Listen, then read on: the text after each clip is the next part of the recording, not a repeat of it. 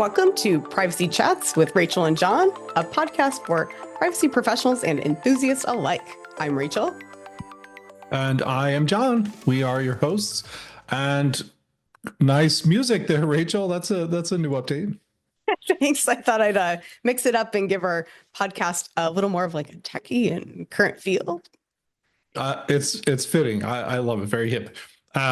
So speaking of being hip or something, I don't know.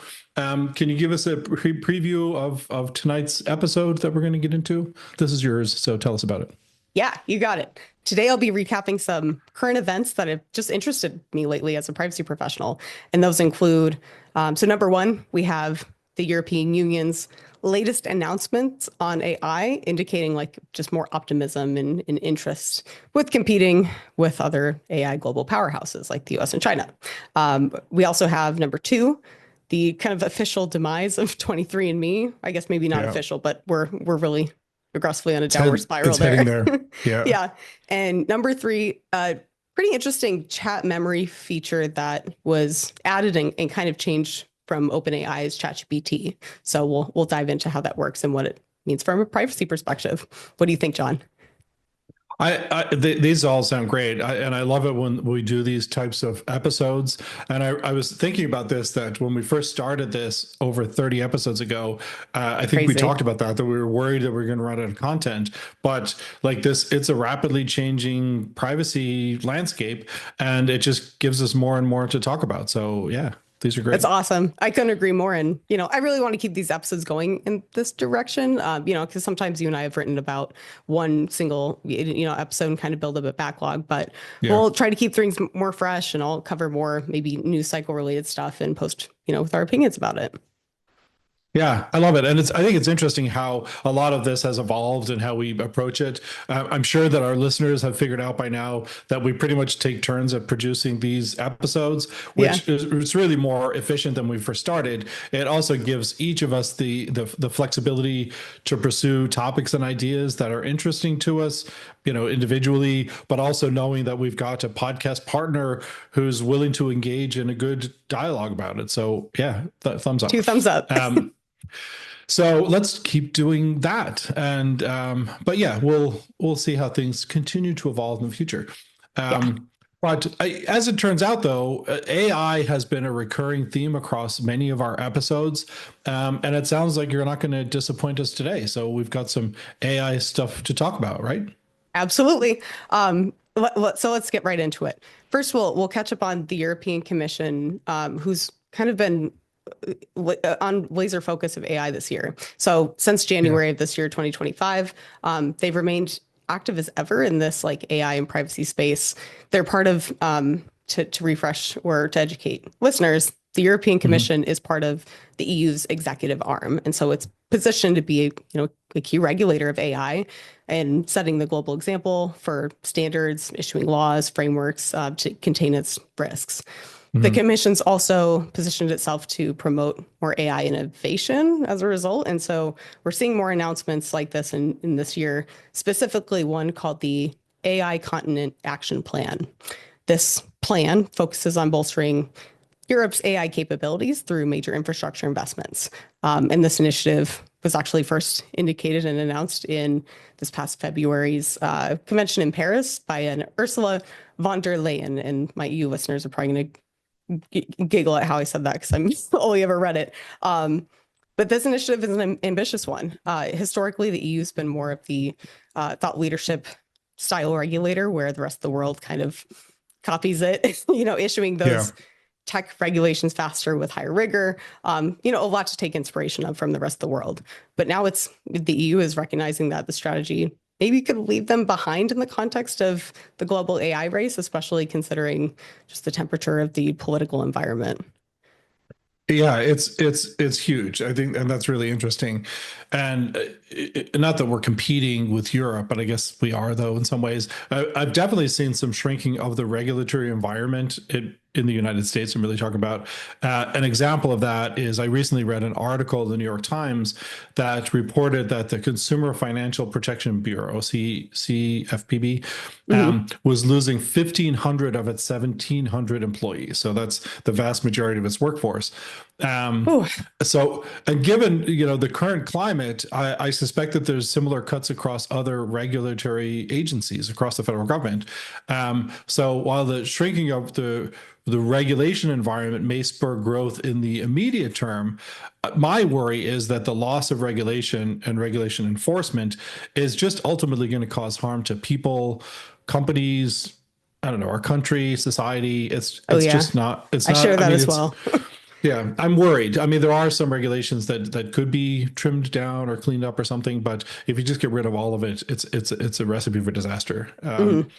But when you mentioned the global political environment, were you was that a reference to the tariff situation that's going on right now? It is timely and maybe not as like directly as it sounds, but I think they're related. I mean, it's part of the broader themes, at least in the US, that you were talking about, looking for this vision of self-sufficiency and fencing Yeah, itself off from the rest of the world as a result. And then the whiplash with tariffs back and forth being a good example. Um, yeah, China's digital infrastructure has been fenced off from the rest of the world for quite some time now, just as a comparison. And putting myself in the shoes of a politician or an economist, not in the US or there, but in the EU, I might be wondering what fate Europe could have in a world where digital boundaries turn out to reflect physical boundaries. Would Europe be able to rely on itself as kind of a closed system in this, AI interested world, or should the U.S. and China continue to, close its doors to trade? It's an honest concern. yeah. I mean, those are huge questions. I wouldn't worry too much about the EU. My answer for them is that the EU is resilient and innovative. They've been around for far longer than we have. Not That that is correct. individual countries. The Yeah, more EU or as an less. entity is newer, but they're resilient and innovative. If we close the door to trade with Europe, they're going to be just fine. They're just going to rally. They'll figure things out. I think we're going to take the brunt of the harm, and since we will have caused this problem, which we are causing it right now, Yes. we're not going to get any support or sympathy from anyone. I think all of this madness is causing incredible harm, and I think it's going to take decades for us to recover. And honestly, I don't know that we will recover from it. I think that there's just going to be a new norm coming out of the far end of it that's not going to be as good as the heyday of the past. So Previous state. Yeah, no, and gosh, we could talk about this for so long and how silly I think yeah. like this. I mean, those trends, the closed system ideology is, and we could be here for hours. Yeah. So, well, let's move on. So, let's talk more. Tell me more about the AI Continental Action Plan. Yeah, and Continent. and this is a true, real, published plan. What we were kind of talking about were the speculative reasons why related to the timing or the direction that the EU is going in. Yeah. But all of that aside, here are the facts in the form of five key pillars with that AI Continent Action Plan announcement. So first, Okay. the EU is going to build large-scale AI data and computing infrastructure through a network of what they're calling AI gigafactories. And the goal of these factories is to harness massive computing power in data centers to train and develop complex AI models. And so far, about 13, it looks like, of these factories are already being developed in the best supercomputers in Europe, really. Yeah, that's interesting. I think that's a really smart move on their part for the EU. The reality is that this is the dawn of a new era. So these massive data centers, they're going to be around for a long time. They're going to have to be updated frequently, but they'll be around for a long time. So they're right to not miss out on developing these so they can remain competitive and relevant in a new world market. Um, I mean, it's just a rapidly evolving landscape, so they're staying on top of it.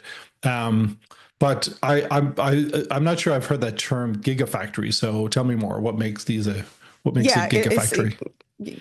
new word to me too. It really just refers to, I guess, the scale, both in the infrastructure and the computational power needed for AI development specifically. So by large scale, we're talking about 100,000 AI chips. And it's they're called factories, right? Okay. Some might be picturing the 20th century factory that involves assembly lines and stuff. It's not necessarily that. They're really just a lot of high performance like computing centers that a lot of Yeah. computers chained together that specialize in AI model.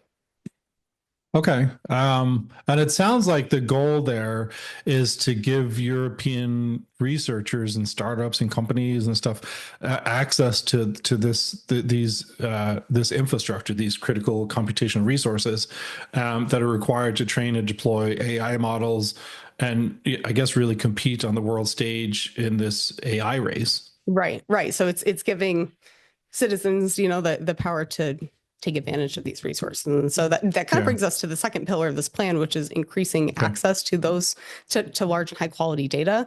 So there's this concept of data labs that are being invested in, which are essentially research labs that are building the large scale, high quality data sets to actually support both the models built on top of them and gigafactories through them. The vision here is to create like an internal market for data that can scale up AI solutions. Yeah, that makes a lot of sense. And lower compute costs and higher storage capacity make complex AI model development possible or more feasible. And it's just those are the that's the foundation that you Ingredients, need. yeah. Yeah.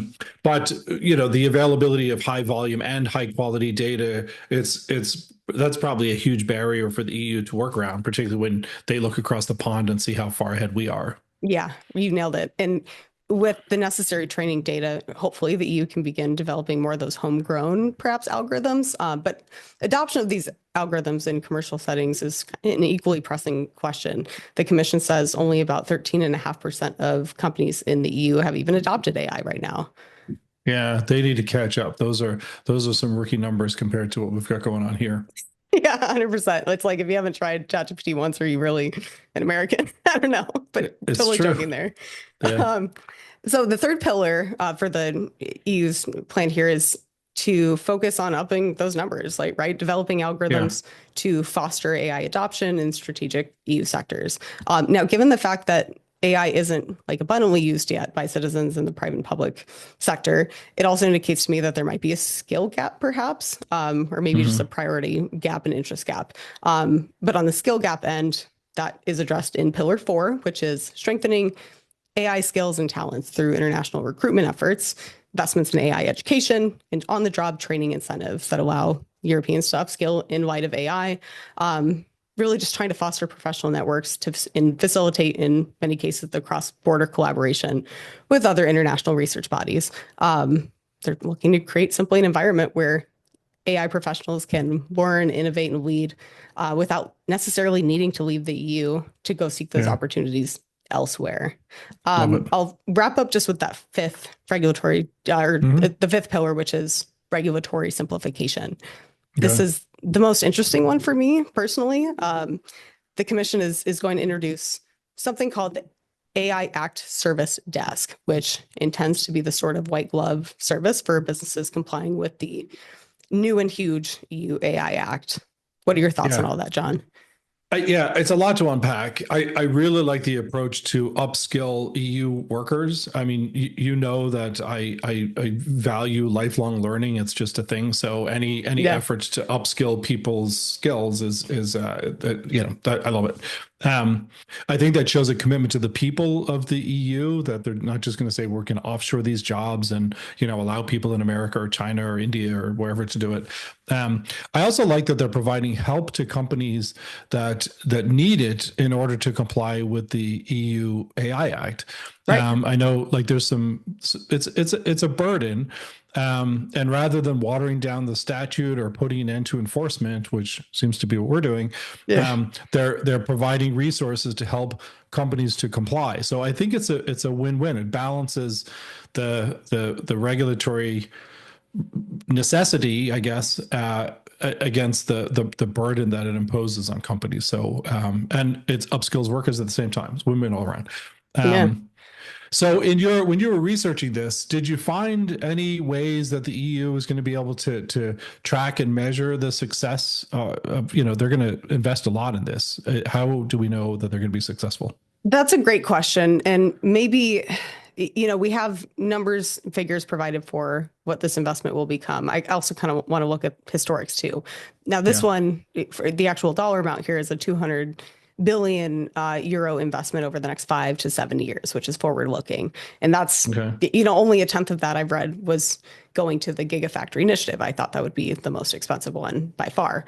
So they're serious about this AI race. But I feel like it's also kind of a bit late in a way.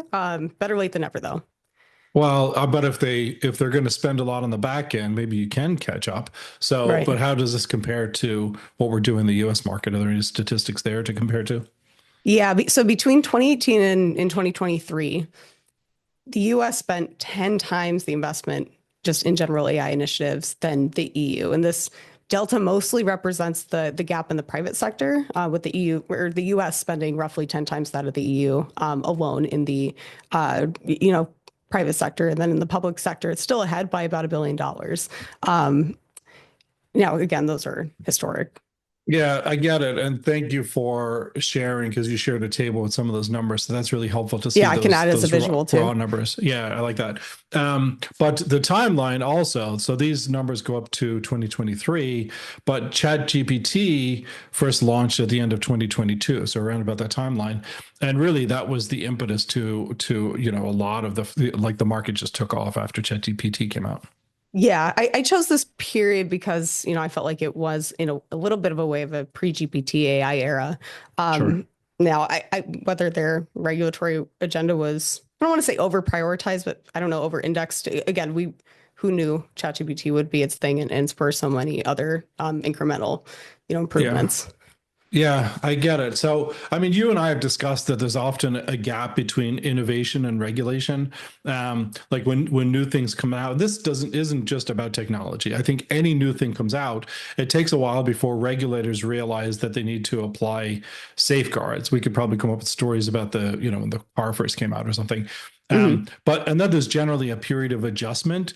And during that time, the oversight is either too rigid or too weak. But eventually, I think that a balance is achieved. But to that point, with the advent of AI and the European response to it, I think we should give credit to the European Union and the regulators there, Right. the legislators, I guess, that they really escalated this process with the EU AI Act, and I mean that thing came into effect very quickly following the launch of ChatGPT, just over a couple of years, and the overall ramping up of AI development and adoption. And that act, so I haven't looked at it recently, but it's coming into effect in phases. Hmm. Do you recall what is the next phase that we're talking about for the EUA Act? Yeah, so we passed a recent benchmark of sorts. Okay. The the AI systems imposing unacceptable risks are now completely banned as of this past February. Okay. Now, Yeah. Yeah. those unacceptable risks, it's a formal term in the EU AI Act, and it's to include systems used for social scoring, real-time biometric identification in public spaces, and those that manipulate human behavior. Now, on top of that, requirements for AI literacy programs for AI model providers and users of AI systems took effect as well. Most of the other obligations for like AI, high risk AI systems will become fully applicable by this August, or this next August, 2026, not 2025. Okay. So there's still a little bit of time, and if there's companies that need help with that, I'm available. So reach out. Yeah, John Uh, is free so, for hire. I'm a free agent right now, I guess. Some of those unacceptable risks that you were talking about are totally things out of an episode of Black Mirror. Yes, Um, Not to, I know we often reference that, but I guess we're still waiting for for good the reason. producers to call us. Yep. But thank you for that recap. Let me go back to a comment that you made earlier about how the EU, in its effort to be the global digital regulator, has, in a way, cornered itself from being competitive earlier on in the AI race. So, like, given, I mean, it's a really interesting dichotomy. But with that sentiment, do you think that the EU can actually succeed with this plan? Can they catch up? I also applaud the strategy they're proposing here overall. I think a lot of times, just as you said, simplifying regulation and even GDPR specifically is long overdue, and a lot of maybe more legally trained folks than myself have given me that indication. However, the how feasible that is in practice while maintaining that high bar set historically, like maybe they'll have to make tough decisions, maybe not. Yeah. Measuring policy effectiveness anyway is really hard to make any sort of perfect science out of anyway. So I guess sorry for the non-answer. I generally agree with you though, John. Yeah, I mean it's an interesting dilemma that like regulation is necessary to ensure that things are done responsibly. But doing things responsibly can take more time and effort. And companies that skip the responsibility part can operate faster and cheaper. But that whole formula is really why a lot of our consumer goods come from different countries in Asia, because they don't have the regulation. So it's a safer a less safe workplace and things like that. But we don't want to emulate the regulatory environment of Asian countries. I don't think. Yeah. So but AI development in the U.S. is happening in an irresponsible way. We don't have regulations covering that yet. I hope that we will. There were some that were proposed that the Trump administration has kind of pulled back on. But requiring the responsibility that they should is hampering development in the EU. So they're being held back a little bit. And right now they don't have a welcoming partner on this side of the ocean, of the Atlantic, to align on a shared regulatory approach. So they're going to lose unless they kind of adapt. Yeah. So really tough situation here. It is tough because we really need to be doing the right thing, but it's hurting them from a competition perspective. Let's get back to the GDPR thing. Simplifying the GDPR, totally relevant topic today. And I guess it goes back to that pendulum that I talked about, that, the regulations can be too rigid or too weak. GDPR has been around long enough for them to know what needs to be adjusted. So let's talk about that. Let's talk about it. So the European Commission and the European Data Protection Board, or the EDPB, are actively working to simplify the General Data Protection Regulation, or GDPR, aiming to reduce administrative burden while maintaining robust data protection standards. Some of the announced plans so far include simplifying, the obligation simply to ones specifically to advantage those that, are small, medium-sized enterprises that have to, create documentation of data processing activities. And when I say small to medium-sized enterprises here, I'm talking about those with fewer than 500 employees. This is in the interest of specifically alleviating compliance costs for small businesses without ideally compromising those data protection principles outside of, I believe that's Article 30. Oh gosh, don't quiz me on that.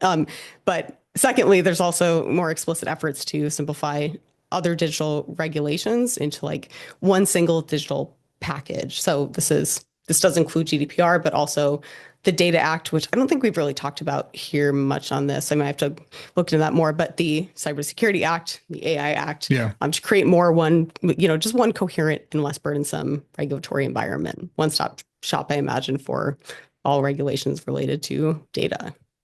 Yeah, all of that makes sense. And it sounds like, the specific plans that you mentioned here, they sound very advantageous to small to medium-sized businesses, like you mentioned. And, the reality is that these organizations have fewer resources, and they're just not able to build these big comprehensive programs around privacy, nor should they. I mean, it needs to be a measured and reasonable approach. Yeah. And it's kind of coming full circle again in that way, right? They want to become the first in AI. And so, these plans actually tie back to recommendations by Mario Draghi, which again, never pronounced out loud, but there was also a following report that doubles down on EU's need to simplify regulations and enhance competitiveness, including, those that don't have overwhelming resources to do it, just in the tone of becoming competitive. Yeah. So what you're saying is that the EU wants to win a share of the AI market or become a global leader in that, while also protecting the fundamental rights and freedoms of its citizens. Yep. So that's a lot to chew off. That's a lot I want to to take balance. on at once. Yeah. So I mean, surely this isn't going to happen tomorrow. There's going to be proposals, and there's a whole legislative process, and people have to talk about it, do their thing. Ad nauseum, yep. Um, right. So yeah, what's happening? We'll see more information come out soon, I think. They're expected to unveil proposed GDPR simplification measures by June of 2025. So not very far. It's around the corner. More, Okay. so we'll see whether that theme continues and what it looks like set in stone. Okay, well, let's keep an eye on that ball, and let's kind of pivot and set and move to something else. So you said you wanted to talk about 23andMe. I'm curious. Yeah, or I guess the So lack thereof anymore. sure. I was really excited about this segment of our episode today, if I'm being honest. Just to recap on 23andMe, this is a company, a platform, a product that was a direct-to-consumer genetic testing service that that have provided insights to many people on ancestry and their health. 23andMe has been historically kind of in trouble many months now, financially, kind of PR wise, despite being able to kind of harness and for some time capitalize on this ability to sequence the human genome, which I've always thought was huge. They just still face business challenges, maintaining consumer trust, which we'll get into a little bit more. But also, from my point of view, really nailing down a repeatable and long-term business model. Yeah, I mean, I don't know a ton about it. Like you see it show up on, references on, I don't know, social media or like even TV shows, like people learning that, 3% of me is from Finland or something. I don't know. Yeah. But to help me and our audience out, tell me more. How exactly did this How does it service work? So fun Yeah. fact, I'll disclose this. I had purchased a kit myself back in 2017. So you're talking to a customer here. All right. You got the deets. Yeah. Now I'm privacy professional now. This was like many years ago. I think it, 8 now. So I know a lot Yeah. more than I used to, simply speaking. I don't know. I can't honestly say whether I would take kind of that choice to do 23andMe back. We can get more into that in a second, but how it Yeah. works. You start by ordering a kit. They mail you a little box. You spit in a tube and you mail that box with the tube back. Their lab will analyze specific parts of your DNA to identify genetic variants, but also just to give you like this whole detailed report about your ancestral origins, potential health risks, just related to the patterns they've seen, and even giving you trait preferences or sleep patterns, like really specific stuff, information coming back to you, all in the form of an app, by the way. Oh, okay. I mean, it could be interesting, I guess. I mean, maybe I'm assuming that there was an appeal towards people's desire for, I don't know, self-discovery, health awareness, maybe something to do with scientific advancement, because I'm sure you were agreeing that your data was going to be used for other things. Yeah. Well, you nailed it. I mean, I was at the time very excited about the fact that this thing was even possible. Yeah. Now, while 23andMe was presented, and I think still is, as a kind of a genetic testing company, in practice, to me, it functioned more like a data aggregator that handled, honestly, some of the most sensitive personal information you can imagine, which is your DNA. When customers sign up, they're also providing not just their genetic and personal data, but information even I've read about their online activity, and that's collected through cookies and the app usage while you're looking at your own analytics, which is crazy. Well, it is crazy, but I think we're used to the whole app tracking online activity Mining it stuff because all, that yeah. happens. Yeah, that happens every time I don't know, you look up a location or you're on Google or you buy something on Amazon. So we're used to that. But I mean, this one's different. There's something very specific that's about you in this sensitive data. I'm certain that I don't know, but I'll say that I'm certain that this company release their practices in their privacy notices, their privacy policies, their terms of service, whatever. Mm-hmm. Most, I'm sure when you signed up Those 8 years ago, boring you didn't read documents. those things either. No. But like, the thing about the genetic information is it's not like a password. Like if somebody gets a hold of your password, your solution is to change your password. You can't change your DNA. This is immutable. So if there's data about you that's locked in there and it's out there in ways that we don't even understand, it's not immutable. You can't change your DNA. So That's Yeah. it's just highly sensitive. I think, yeah. Highly sensitive. And they've also created kind of a gold mine to me in terms of health data that I'd imagine insurance companies, even advertising companies, law enforcement even would pay potentially in a different universe, I hope, top dollar Yeah. for. That would involve some crazy ethical implications. And it would be very challenging, I think, maybe not in 2025, but prior to that, to overcome the legal and regulatory risks with those ideas. And as far as monetization, I think that's where like 23andMe is going wrong right now. They didn't have a lot of other options, as far as I've read and as far as I know. People who bought the kit don't necessarily need to buy it, more than once. So where else is the money coming from?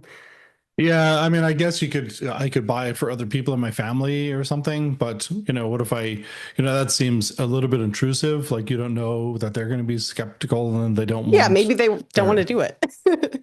right. Exactly. So yeah. Well, and so I, the risks are kind of not even hypothetical. We'll go into the where the company's headed situation first, but I want to touch on their data breach back in 2023, which kind of was the nail in the coffin from a PR perspective of the company's future potential. yeah. So tell me more about that. I mean, that just by itself sounds like the makings of a really good podcast For the episode privacy for geeks. some. Yeah. So Yeah, what I know, happened? right?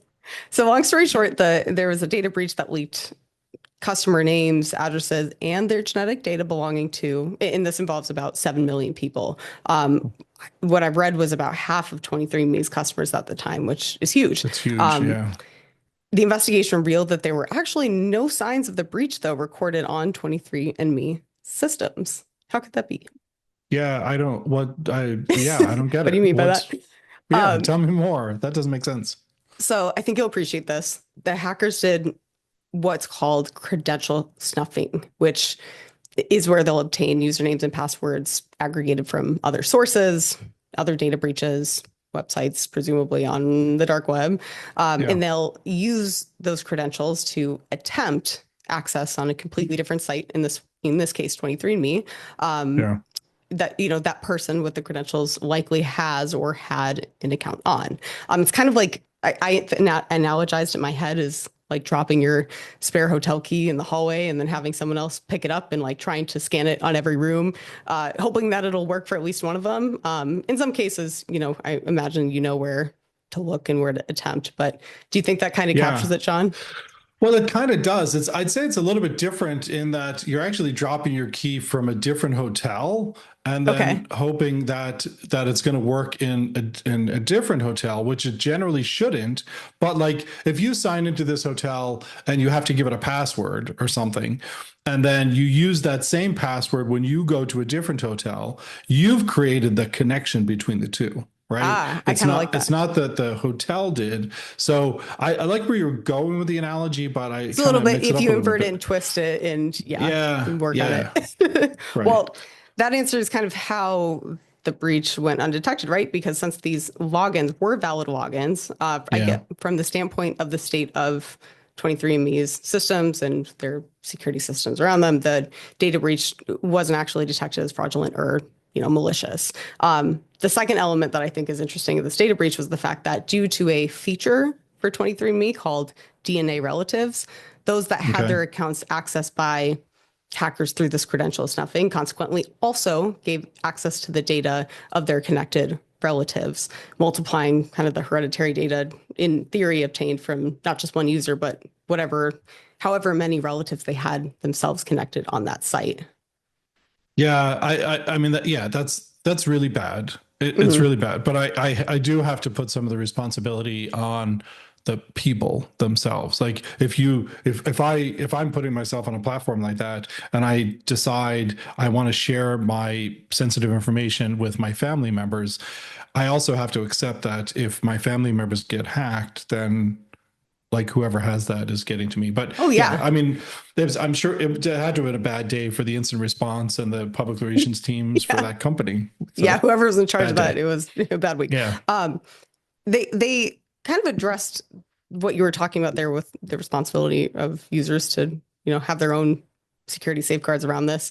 Yeah. It came off though in their like PR about the situation, the root cause is blaming users for, why would you reuse your password and position yourself to have your accounts accessed, which I still think there's more that 23andMe may have been able to do to either encourage, you know, customers not to do silly things. But what are your thoughts? Yeah, it's a bad situation, and yeah, that sounds like they handled that poorly from a PR perspective. But I mean, given the sensitivity of this information, the value of people's personal information that the company holds, I think that they probably should have done more, could have done more to improve the security of its customer accounts.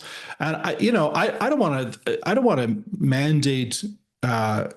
Things like multi-factor authentication, but strongly encouraging the use of multi-factor authentication would have gone a long way here.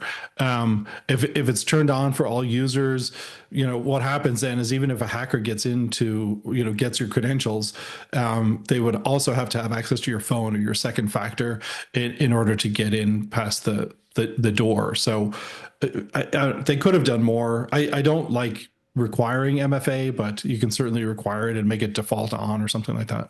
Yeah, and so I was interested in that, and apparently they had these turned off, the multi-factor authentication feature turned off by default for users' accounts. So if you didn't know it was Yeah. available, which not everyone's a big nerd like us, like it happens, Yeah. or you don't think to turn it on, then it was useless in protecting your account if you were a victim of this. I mean, it's a good reminder that to turn MFA on if you have it for, I mean, anything. If you see MFA Yeah, as an just option, check. just use It's it. probably Yeah. recommended. And yeah, also don't reuse passwords. Could have inferred this from how we described the root cause, but and it is so Yeah. tempting. Like everything that requires, even it seems like everything besides breathing requires a login. It's true, but and some people, some advice even from people in privacy and cybersecurity spaces go too far. Our passwords don't necessarily need to be really complicated to be good, but like an easy to type but lengthier passphrase, something that you can remember. And then store them, in some sort of a password locker. I don't like to name particular brands, but Mhm. do your research and find one that's going to work for you. But 23andMe, like, I don't know, they seem to be in trouble. Are they Yeah. gonna? They're still not. They're not dead yet. Are they going to be able to No, survive? so they did in March file for Chapter 11 bankruptcy. So I guess they're still technically making money. They're publicly traded. This Okay, bankruptcy was filed to kind of enable a court supervised sale. And again, I assume I haven't actually looked at any financial statements that they're making money, but I assume enough to keep going. sure. Now they are seeking buyers for its assets, and this includes this entire genetic database of 15 million customers. So they say that potential buyers must comply with their existing privacy policies, applicable laws, and should provide detailed descriptions of how they intend to use customer data, and outline their security protocols. But it's still, the idea of a sale raises huge data privacy concerns. Consider, what I was sharing earlier about, their concerns with profitability. How is a new buyer going to get around that? Yeah, it's a problem, and I have concerns. Like data like this, it's highly sensitive. It shouldn't be up for sale on the open market at all. Like it shouldn't be used in ways that people didn't agree to in the beginning. So given everything that you've said about the state that they're in, I think that this data should just be deleted. I mean, that might seem unfair to the shareholders who are hoping to get some money out of this. Yeah. The one reservation that I do have is that my understanding from listening to some true crime podcasts, and kind of a shout out here to Britton Ashley at Crime Junkies, Nice. but that there's been some really big cold cases that like go back to the, I don't know, 60s and 70s and 80s that have been solved using data from sources. I don't know if it was specifically from 23andMe, but sources like those. Mhm. So if there's the potential for there to be more crime solving within that data, maybe it should be kept. But my initial reaction is it should be deleted. Yeah. I mean, it's again trade-offs, right? We have this Yeah. super powerful thing. It can go in a really good direction. It can go in really bad. It's up to people to decide. Yeah. But we're not alone, I guess, in fearing this intent for sale, right? The U.S. House Committee on Energy and Commerce and the Committee on Foreign Investment in the United States are both looking at this, investigating it really. Primarily also because it could be involving foreign entities, and that would be very much subject to a national security review before even Sure. thinking about going forward. Also, California's Attorney General issued a customer alert advising 23andMe's customers to request the deletion of their genetic data. You can do that. I did this earlier this year, so going to your point on like, it would be tough to lose it. Like just an announcement for anyone listening that happened to sign up for 23andMe. Make sure that's still an option for you and definitely download your data. It's very simple, very painless. Yeah, agreed. And I think I've heard that recommendation before. I didn't pay a lot of attention to it because my data is not there. I never spit in the In the tube. tube like you did. But as a customer, although, if you've deleted your data, it should be okay. But how do you feel about the prospect of this company being sold on the open market? The company hopefully learned something from that data breach. And as much as they could have done, I don't want to discredit all of maybe the good work they've done to prevent other bad things from happening to customer data. Like, I hope they maintain and continue doing that. And they do so even though they're going through this bankruptcy process. I think I'm interested on my own, but I'll definitely bring more major developments on this topic through to our publications. I don't think it's all over and done with. We should see more interesting stuff come up from it. Okay. I'll be interested to hear how this evolves.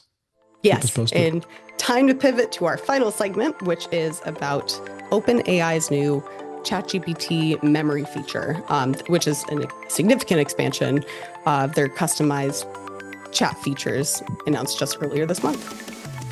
So this sounds interesting already. I'll admit that I'm not fully up to speed with this. So can we start with how does this work? And then, I don't know, go from there. Yeah, for sure. So I'll summarize a summary from Ars Technica, who I think said it really well. ChatGPT will now be able to remember information from the full breadth of prior conversations with it. And it will also adjust those responses it gives based on the information you've provided it to personalize, the response of it above and beyond just the basic key facts that are maybe easier to store. So for context, there's always been some memory feature in the recent past of ChatGPT called memory. It allows limited pieces of information to be retained and used for future responses, but users had to ask ChatGPT for this for every single, question response train. Okay. It's not supposedly it also tried to remember things on its own, maybe if it found consistent enough patterns too. So there were some memory features. It wasn't, fully in control, fully consistent. Now there are two memory toggles. So we have that memory feature for specific pieces of information, but then you also have what's called a reference chat history. This is slightly different. It allows ChatGPT to use all prior conversations as context, not just specific, maybe question answer fields that you give it to inform its responses and adapt its, conversations with you accordingly. So for example, if I mention that I like Thai food once and I have that setting on, it'll take that into account next time I ask it something like, what should I have for lunch today? This is, interesting for a couple of reasons to me. So number one, it doesn't remember just inherently every detail from past chats, this reference history. It's recommended that you, turn it on and you save memories only, specifically for things you wanted to always keep in mind. And this is coming directly from its documentation. But when it is turned on, this reference chat history, the information saved there is not I can't control what it chooses to remember and what it doesn't. It's kind of like an on or off thing. And so maybe this is just a deprioritized feature that has yet to be added to have a little more control of this. But that's where my privacy kind of brain turns on. What if I don't want it to remember a certain detail about it and I have this turned on already? It doesn't seem to be a very in-between route, but I'm sure there's ways you can kind of manage it. It just, I don't know. It's interesting. It is interesting, and I'm sure it's going to evolve. And I'm sure it's going to evolve to more memory than less. Although I do like the toggle that you can turn it on and off. But you can't but wonder how much an AI tool can come to know you as a person over time. And I don't want to go too far down this rabbit hole, but I recently listened to a really, really interesting episode of The Daily that talked about people using AI as I don't know how to say this, but as a friend, like a dating kind of a thing. A confidant, yeah. Yeah. So, using it for something like that, you do need it to have memories of previous conversations. And that's a whole different rabbit hole. I actually think we might do a really interesting episode on that. So, Yeah. anyway, let's Yeah, keep but going. I agree. And we can consider what can be done with that information if we assume the breadth and the depth is expanding with new memory Yeah. capabilities. And to that point, I've talked to people in real life who, well, say that they're using it as a tool for kind of journaling or even emotional support. And so the emotional support thing is what kind of triggered a rabbit hole of research for me, where, I've seen more and more of this kind of in the confidant scenario you were sharing with me, but individuals offering up that, hey, this is a good, in between for not a therapist, but someone that can act like that to kind of process mental health issues or experience, if they've experienced traumatic events in their life, maybe they don't Yeah. feel comfortable with opening up to a real, person therapist about it. Fair. Sure. With ChatGPT though, we don't, it makes sense. Like we don't just have a non-human conversationalist here, but one that can kind of provide guidance, recommendations, validations. It's seemingly very intelligent.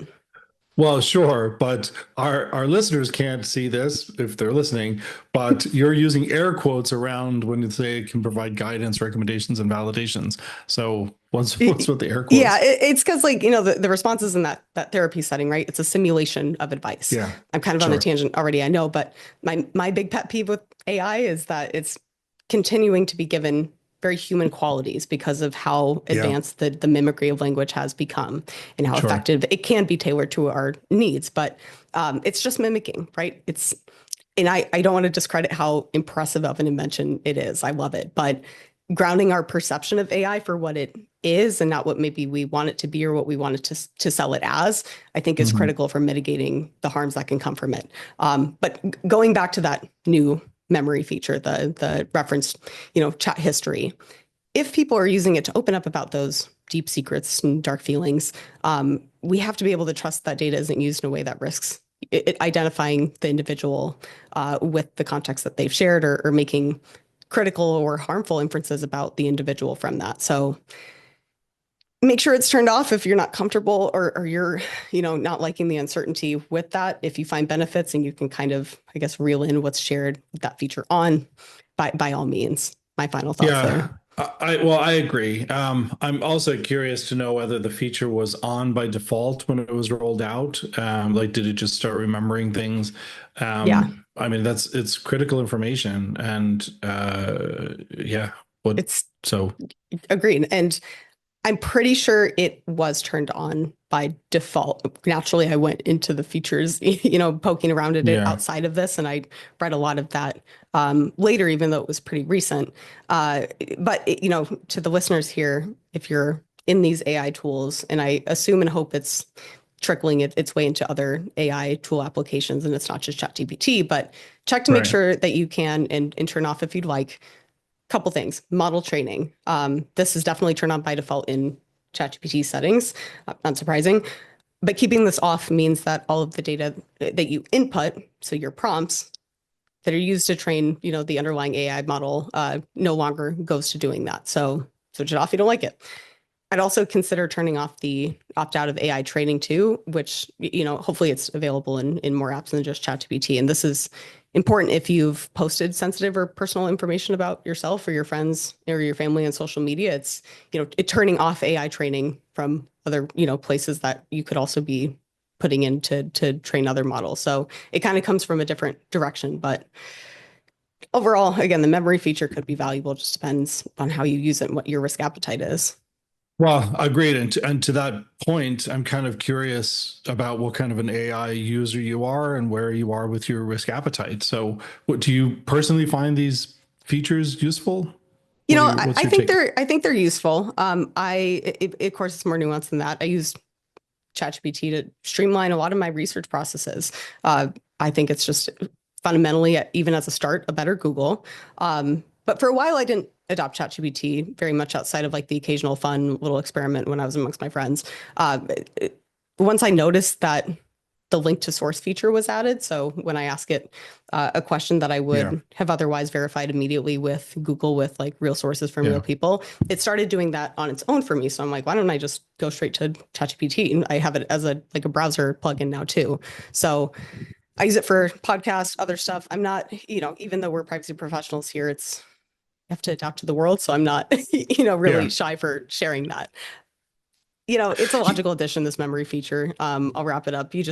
I would recommend compartmentalizing it a little bit to your use cases. So in my instance, I have like different chat folders that self-contain where that context is being shared, just to lower the risk, definitely as a user, the responses spiraling off even into hallucination outside of the privacy stuff. Yeah, I get that. So that all makes sense. But for people who don't want their chats remembered or memorialized or memorized by ChatGPT, what's the alternative? Or are we just stuck with Just old turning timey it Google? off. Yeah. Now there's a kind of a third option you can use that we haven't talked about, which is it's called temporary chat. And this is, I would pair it with Google's incognito mode. Okay. That said, I know even Google's incognito mode has been pressured about those privacy promises that have been made with how it works in the background. I don't know if this is a warning to be, more skeptical of it or to continue trusting it. Perhaps something we can look into the details later and know if there are similar Sure. risks. But I think even the incognito mode stuff is probably copied all over to other AI assistants and tools that are more question and Yeah. answer, finding and researching information focused. Naturally, the tech industry is always hard at work to build the most convenient services, tools for users. And so more on a bigger picture stuff, I'm wondering how the widespread adoption of AI will kind of shift everyone's personal privacy calculus. You were talking about risk appetite earlier. There has to be Yeah. influence to it over time. Yeah, sure. And the privacy calculus, so that's a theory that's related to how people make decisions about sharing their personal information by weighing, I guess, the perceived risks or the actual risks against the actual benefits or I guess perceived benefits.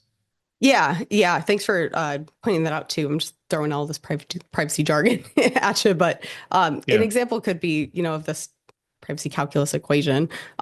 Users can maybe share sensitive business details with ChatGPT to draft a proposal, and that speeds up the Mm. process. It's super convenient, and the upsides on top of that are just improved productivity for everyone involved, right? They're also offered at a super low cost, and so if scaled more, those repeatable use cases can eventually replace people for writing tasks. I'm not Yeah. suggesting it, or I'm not, being specific in what that requires, but generally it can be viewed as something that saves a lot of time and money. So as long as it's getting instruction, it's ready to work. It doesn't need to take breaks. It doesn't need to go eat. It doesn't need to sleep. So it's compelling from a business perspective.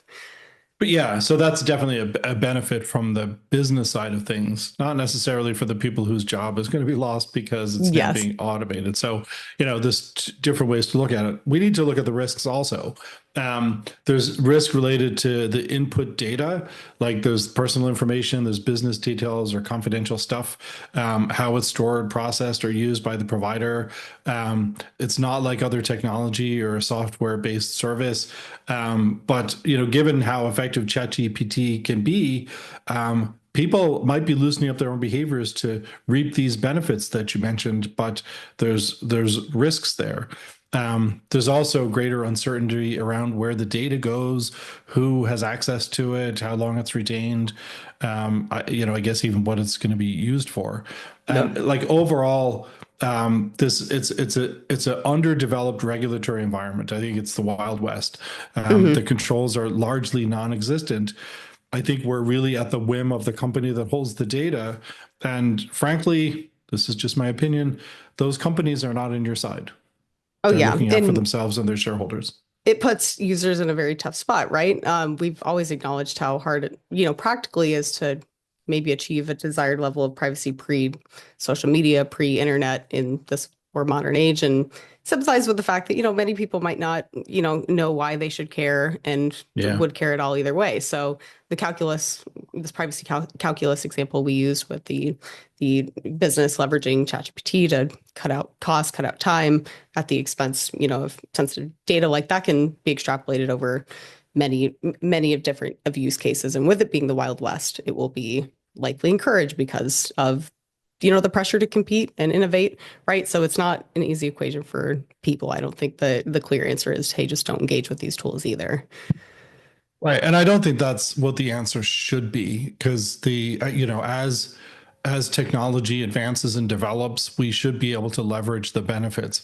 But we just should have expectation isn't going to cut it. There should be a requirement that these companies are being responsible about it. So Right.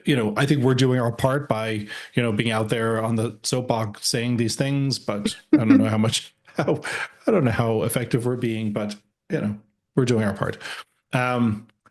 This was a lot. This was awesome. Not to go out on a Yeah. cliffhanger. It was a great thought exercise. But I think we should wrap it up. There Agreed. was a lot. There was a lot to unpack today. I hope we kept it interesting. Thank you, Rachel, for the research on this. There was a lot to go through. I'm sure you used ChatGPT to help you, but I know it's a lot of work. So thank you. No, happy to do it always. It was fun. Do you mind doing the honors for the disclaimer this time? Sure. Yeah, you got to feed the lawyers. Before we go, please know that the information shared throughout this episode is that of our own, and it's not in any way affiliated with our employers or other organizations. These episodes are produced on our own time and are based on our own research and professional opinions. Awesome. Well, thanks, John, and thanks everyone for listening. We'll see you next time. Thanks, Rachel. Bye.